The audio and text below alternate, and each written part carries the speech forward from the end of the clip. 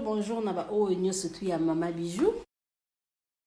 Naba o bo pesanga confiance pour s'abonner à Bidor TV, o bo kende na maison de passage na biso o eza na Matongi na Iribu A37. Mama Bijou le bolingo qui est no congé, tozaka na adresse moko, na Matongi na Iribu A37.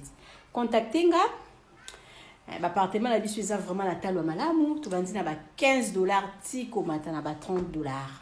Contactez Mama Bijou. Ça la réservation na yo pour la place na yo ya kolala. Mama Bijou le bourse elle a jamais décidé na talo muke au ça la séjour na yo kitoko. Merci. Ka elengi to dindi.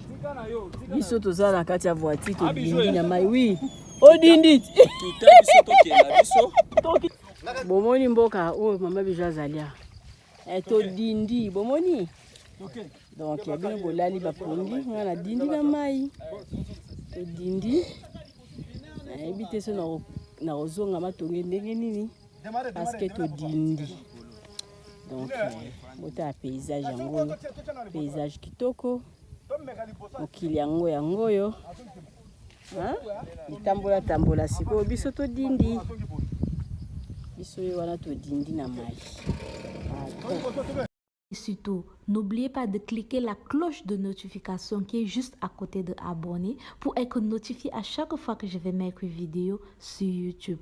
En faisant ce petit geste, vous m'aidez non seulement et aider aussi ma chaîne à grandir. Alors mes abonnés, alors mes loulous, je compte sur vous.